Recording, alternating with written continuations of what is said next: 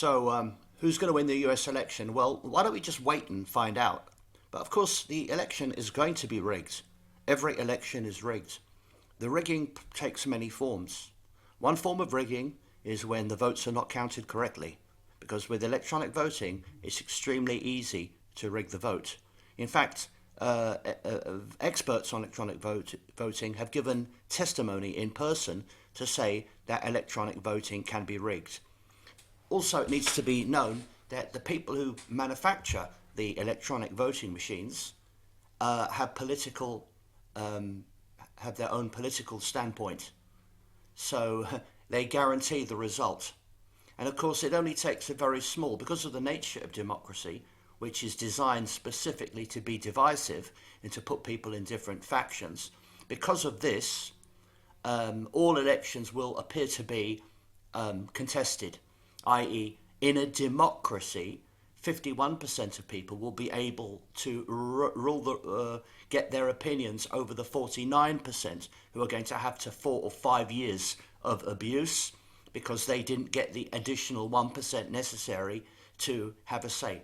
Democracy is not an entitlement to ride roughshod over other people's personal rights. Okay? There are some things that you can vote on and there are some things you can't vote on. You can't vote on vaccinations. This is a private individual decision. You can't have a vote from 51% of the people telling the 49% who don't want a vaccination that they've got to get one. This is what's happening at the moment. Now, another reason why we have these polls, and bear in mind, they always say things like, oh, don't speculate. Somebody's being killed. Don't speculate, don't speculate, don't speculate. You're not allowed to speculate on who did it or why they did it or anything like that. But when it comes to elections, speculation is allowed. Oh, who's going to win? Is it going to be Kamala Harris, who's done such a wonderful job in America in the last few years? America's never been happier. What a great country it is. Isn't it amazing? What a great job it is. And, Kamala Harris, although she's extremely good and America's never been more successful, its economy's never been better, they've never had less problem with illegal immigration or crime or anything like that or racism. Everything's going great. But Donald Trump also has so many great policies. Isn't it hard for the American public to decide which of these two wonderful people they can choose? Because it's down to two. There might be 330 million people in America, but at the end of the day, it's going to come down to these two people, Trump or Harris. Now, I don't like either of these people. I do prefer Trump supporters because many of them, or most of them, mean well and have their heart in the right place, even if quite a lot of them are deluded. Trump is a Zionist. That's unacceptable to me. Trump supported the vaccinations. That's unacceptable to me. Trump participated in a phony assassination attempt where he pretended to have been shot. That's unacceptable to me. Right? There are multiple reasons why I don't like Trump, okay? But they want to pretend to the American people that he's some sort of outlier, some sort of outsider who's fighting the system on behalf. Look, that man was bankrupt and the Jews gave him money because they knew he could be useful to them because he's like Alan Sugar, he's one of these guys with a gift of the gab, he's got a good TV personality, right? But of course he's deliberately being divisive, right? His style is deliberately divisive. Now, I can't stand left wing. I fucking hate them. I hate virtue signalers. I like people who have virtue, but I don't like people who signal virtue.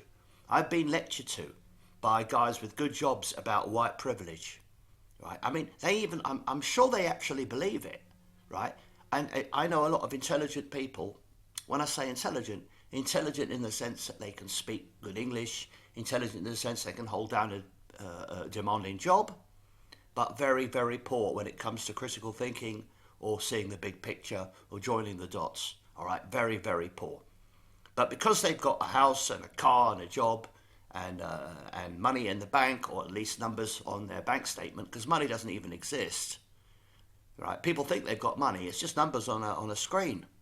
And these numbers are used to get people to fall in line. Because if you've got lots of numbers on your bank screen, you don't want to rock the boat, right? You don't want to rock the boat. And the system's working for you. Rich people never understand the needs of poor people. This is why celebrities are being rolled out to pretend that Kamala Harris is a great choice. She's the first black woman. She's the first woman, the first black woman. Does it matter? Does anybody really care?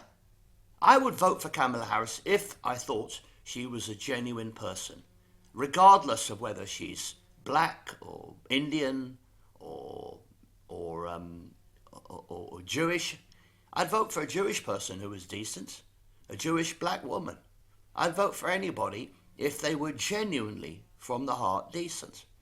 But these aren't decent people. These are actors playing the role of politicians.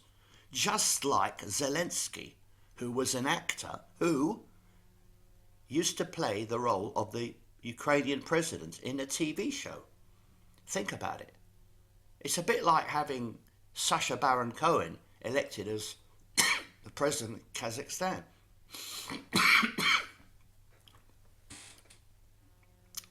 Now, another reason why we have these polls is in order to prepare the public for vote for it, because what they do is, yeah, every single person you know hates Harris, but on the other hand, people are starting to come to her. They're thinking, yeah, she's doing a good job. It's great that, it's a difficult situation, but she's doing the best she can. Then they'll pretend that Trump's a warmonger, even though he's actually a bit of a less of a warmonger. They're all warmongers, all of them, but at least Trump is generally a little bit less of a warmonger, at least. So, and then they do that, and then they prepare the public. And so when the public are told that Harris got 52 and Trump got 48, and then they rig all the numbers from out the country, how would you know? It's won by 1,000 here, 2,000 here, 3,000 there. Oklahoma's gone this way or whatever. It's not a swing state. Oklahoma will be. They can't pretend that Oklahoma's going to vote for Harris. That's not going to happen. But there are a lot of places like Illinois and Arizona and states like that, blue states. Although in Britain we think of them as red, because in America blue means red. Blue states are liberal states, and red states are conservative states, which is kind of odd because in our culture we think of red as being left wing and blue as being right wing. So in America they've got everything back to front as usual. Look, one thing I need to tell Americans is this, not that anyone's going to listen to my words because no one is visiting my channel. I mean, I am incredibly unpopular, I have to confess. But I like to think that's because I'm being suppressed rather than not having good content. I do believe I've got good content, but I can't find an audience. People won't promote me. That's the problem. A lot of people have told me, oh, they like my work, but very few of these people have ever alerted others to my work. And a lot of people prefer popular channels. If I was Russell Brand or something and went into the river with my underpants or something, then I'd get millions of views. But I'm not going to do that, So people get their conspiracies from the same old suspects, right? And this is the problem. People like Mark Dice, I mean, for fuck's sake, or Tim Pool. Come on, loudmouths, the bloody or Sargon of Akkad, right? These people have got and they're actually allowed their content, these brothers, what do you call them? The Tate brothers in Romania and their sex trafficking and all the rest of it. This is a joke, man. Yeah, sex trafficking. I mean, if I was a normal person, when I say normal, I am a normal person, but if I was what is considered to be a normal person, and then I'm told that the Tate brothers are doing such and such, and then I think, God, these guys are really sleazy guys with tattoos, running porn channels and stuff. It's not a good image for people like us, is it? So they're deliberately doing it to smear us, right? They're deliberately doing it to smear us because we don't want to be associated with people like that. For example, a lot of people have said to me in the past, oh, I bet you support Tommy Robinson. Well, I can assure you I don't. But that's what goes on in people's mind. They create these cartoon characters to pigeonhole us and ridicule our views and to make our views seem unacceptable. I don't like the Tate brothers. I think they're actors playing a role. Tommy Robinson is an actor playing a role. He's almost certainly not in prison. He's definitely not in solitary confinement. They're trying to make him out to be a hero because they play us. Their government are there to divide us. They bring in Muslim immigrants who are being used as cannon fodder on behalf of Israel because we're being trained to dislike them and then support Israel. That's why Israel did it. The immigration of Muslims to Western countries is a policy decision of the Israel, and they control us. The Jews do control us, unfortunately. When I say the Jews, I don't mean every Jew. There are lots of Jews who support the Palestinians. They are ridiculed, marginalized, described as self-hating. I've seen many of them at demonstrations, but they don't have big money behind them. That's the point. They work as individuals, and they have a few small NGOs, a few small organizations that do their best to get noticed, but they're ignored. Western media pretend that 99% of Jews support Israel. It's a lot less than that, but I think it's fair to say, sadly, most Jews do support Israel. I mean, not just as a concept, they actually support what Israel's doing, which is genocide. Israel is genuinely killing people.